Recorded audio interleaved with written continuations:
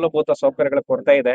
ಬಹುಶಃ ಇದು ಮಂಚನಹಳ್ಳಿನೇ ಅಲ್ಲ, ಮುಂದೆ ನನಗೆ ಈಗ ಬರ್ತಾ ಕೂಡ ನಮ್ಮ ಸ್ನೇಹಿತರು ಕರೆ ಮಾಡಿದ್ರು. ಮಂಡಿಕಲ್ ಪ್ರಾಥಮಿಕ ಆರೋಗ್ಯ ಕೇಂದ್ರ, ಅದೇ ರೀತಿ ಪೆರೇಸಂದ್ರದಲ್ಲೂ ಕೂಡ ಹಲವಾರು ಸೌಕರ್ಯಗಳ ಕೊರತೆ ಇದೆ, ತಾವು ಒಂದ್ಸಲಿ ಭೇಟಿ ಕೊಡಿ ಅಂತ.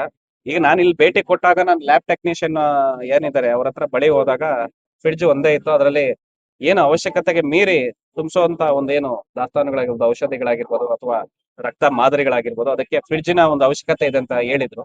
ಅದೇ ರೀತಿ ನಾವು ಕೂಡ ಮಾತು ಕೊಟ್ಟಿದ್ವಿ. ಅದೇ ರೀತಿ ಒಂದು ಫ್ರಿಡ್ಜ್ ಕೂಡ ನಾವು ಈಗ ನಮ್ಮ ಜೈ ಫೌಂಡೇಶನ್ ಸಂಸ್ಥೆ ಕಡೆಯಿಂದ ನಮ್ಮ ಪ್ರಾಥಮಿಕ ಆರೋಗ್ಯ ಕೇಂದ್ರ ಮಂಚನಹಳ್ಳಿಗೆ ಒಂದು ಕೊಡುಗೆಯಾಗಿ ನೀಡ್ತಾ ಇದ್ದೀವಿ. ಅದೇ ರೀತಿ ಚೇರ್ಗಳು ಕೂಡ ಅವಶ್ಯಕತೆ ನಾನೇ ಕಂಡೆ, ಯಾರು ಕೇಳಲಿಲ್ಲ ಇಲ್ಲಿ.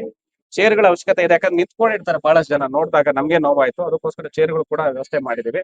ಈಗಿನ ಸಮಸ್ಯೆಗಳು ಪಟ್ಟಿ ಮಾಡಿ ಇವತ್ತು ನಾನು ಅವರ ವೈದ್ಯರೊಂದಿಗೆ ಚರ್ಚೆ ಮಾಡಿ ಆಶಾ ಕಾರ್ಯಕರ್ತರ ಸಮಸ್ಯೆ ಒಂದು ಕಡೆ, ಅದ್ರ ಜೊತೆಗೆ ಈ ಪ್ರಾಥಮಿಕ ಆರೋಗ್ಯ ಕೇಂದ್ರ, ಯಾಕಂದ್ರೆ ಇನ್ನ ಹೊಸ ಕಟ್ಟಡ ಏನಿದೆ ಅದಿನ್ನ ಯಾವಾಗ ಶಂಕುಸ್ಥಾಪನೆ ಆಗಿ ಅದು ಜನಗಳ ಸೇವೆಗೆ ಅರ್ಪವಾಗುತ್ತೆ ಅಂತ ಅದು ದೇವರಿಗೆ ಗೊತ್ತಾಗ್ಬೇಕು. ಅದಾಗೋವರೆಗೂ ಕೂಡ ಇಲ್ಲಿ ಯಾರು ಕೂಡ ವೇಟ್ ಮಾಡೋದಕ್ಕಾಗಲ್ಲ. ಪ್ರತಿನಿತ್ಯ 400-500 ಜನ ಬರ್ತಾ ಇರ್ತಾರೆ.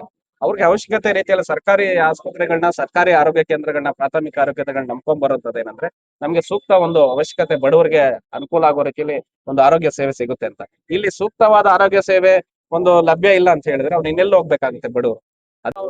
ಆಶಾ ಕಾರ್ಯಕರ್ತರು ಹೊರಗಡೆ ಬಿಪಿ ಮತ್ತೆ ಶುಗರ್ ಚೆಕ್ ಮಾಡ್ಬೇಕು, ಎನ್ಸಿಡಿ ಅಂತ ಬರುತ್ತೆ ಫೀಲ್ಡ್ ಅಲ್ಲಿ. ಎಲ್ಲಾ ರೀತಿ ಅವ್ರ ಮೇಲೆ ಕೆಲಸಗಳು ಮಾಡ್ತಾ ಇದಾರೆ.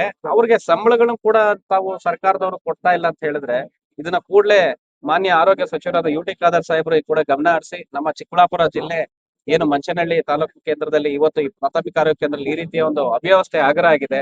ಈ ಕೂಡಲೇ ಇದಕ್ಕೆ ಪರಿಹಾರವನ್ನು ನೀಡಬೇಕಂತ ತಾವು ಮಾಧ್ಯಮದ ಮೂಲಕ ಮನವಿ ಮಾಡ್ತೀರಿ.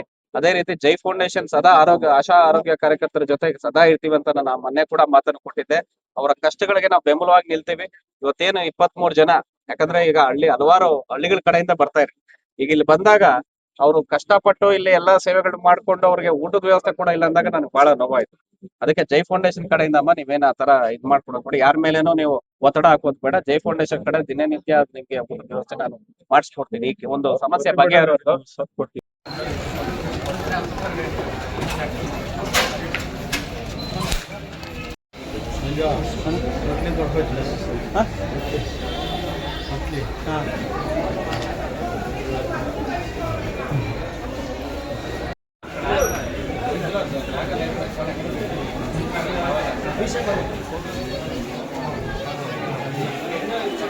ಸ್ವಲ್ಪ ಈ ಕಡೆ ಇಟ್ಬಿಟ್ಟು ಹಿಂದೆ ಒಂದು ಇಟ್ಬಿಟ್ಟು